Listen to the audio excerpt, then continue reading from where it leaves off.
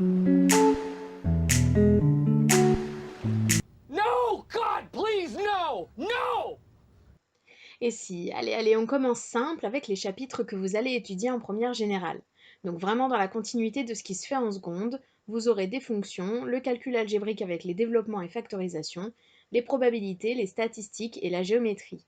Et un petit nouveau, les suites, c'est la seule chose de nouvelle, donc vous ne vous sentirez pas trop perdu.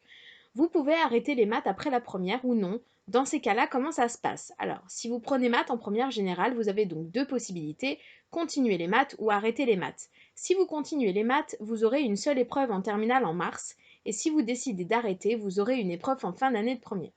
Si vous arrêtez donc, vous avez quand même deux possibilités, soit vous n'avez pas de maths du tout, alors je vous entends d'ici, libéré, délivré, nous n'en aurons plus jamais. Oui, bon, n'oubliez pas l'enseignement scientifique quand même. Mais vous pouvez aussi décider de faire des maths complémentaires qui ne compteront que dans le contrôle continu pour vous permettre de vous ouvrir les portes de davantage de voies post-bac. Si vous suivez les maths en terminale, vous aurez la possibilité de ne rien faire de plus, mais aussi, toujours pour apporter un plus à votre baccalauréat, de faire des maths expertes. Cette matière sera accessible aux cracks, à ceux qui veulent vraiment pousser le niveau en mathématiques et comptera aussi dans le contrôle continu. Pourquoi choisir les maths? Simplement parce qu'on peut y apprendre des choses vraiment intéressantes, un peu moins barbantes que les maths pures, comme la probabilité réelle de gagner au loto, comment couper parfaitement une pizza en parts égales, ou la probabilité de trouver votre jumeau d'anniversaire dans votre classe. Mais aussi les maths qui sont parmi nous et dont vous ne soupçonnez pas l'existence, notamment dans vos expressions. Et oui, les mathématiques sont partout!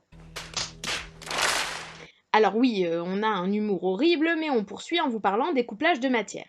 Généralement, les mathématiques sont couplées avec l'une des spécialités suivantes, SVT biologie, sciences de l'ingénieur et SES, mais aussi et surtout avec la physique-chimie.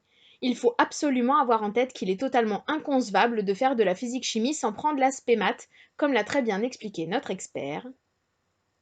Voy a la playa, había subido la marea.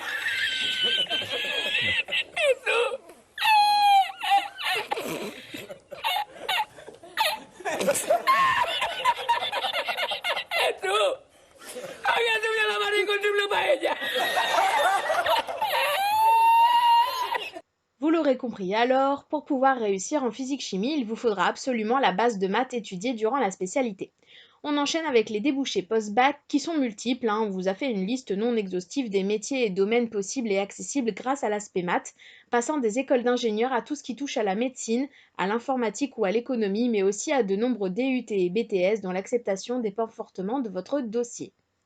Pour conclure, les mathématiques sont une spécialité qui vous apportera une plus-value appréciée sur votre dossier et le niveau est accessible avec des efforts réguliers, un travail constant et une attitude volontaire. En plus de cela, notre équipe de super profs sera là pour vous seconder parce que... Parce que c'est notre projet.